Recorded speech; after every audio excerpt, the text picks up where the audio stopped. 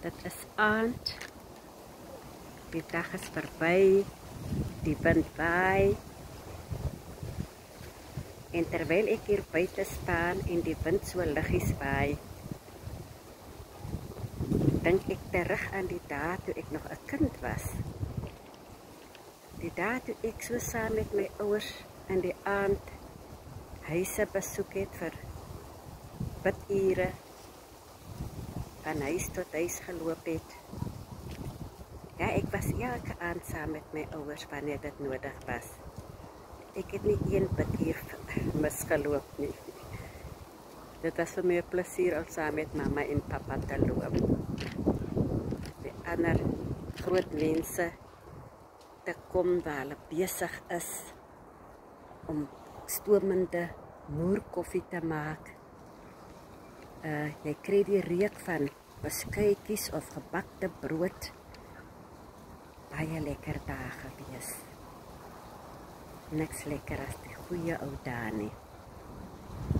Ja, en terwyl ons klaar is daar en niemand kan na hulle huise toe gaan nie, want die kuiertjies is so lekker.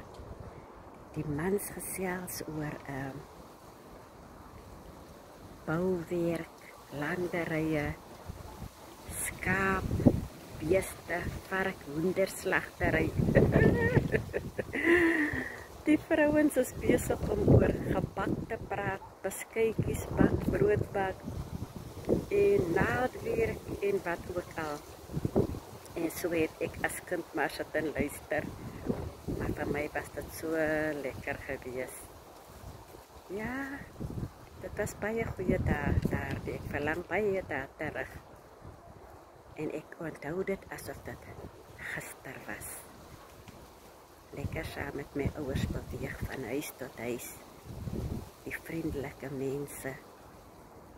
Warm, vriendelike ontmoetings en ontvangs. En dan stap ons. Ja, dit was veilig daardie tye. Jy kon stap, al is dit donker na die bidure, kon jy stap veilig na jou huis toe. En daar het niks plaas op dit nie. Ja, vandag het ons nie daardie voorreg nie. Ons moet sommer so oor ons skouer gedurig roer om te kyk of jy veilig is.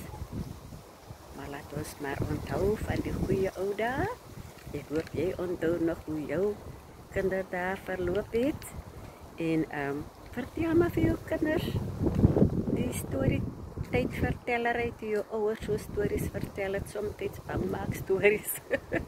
Ek het baie bangmaak stories geluister. Dan was ek bang om na die slaapkamer te gaan. Want dit was bangmaak stories wat my ouers vertel het. Veral my pa was so 'n goeie storieverteller. Ja, die lekker ou dae. Onthou jy nog jou kinderdae? En vertel maar vir jou kinders daarvan. Maar tot 'n volgende keer. Moontlik gesels ons oor hoe dit was toe jy jou ouers in die landery moes help. Wonderlike voorwerp. Ek kan baie omtrent dit vertel.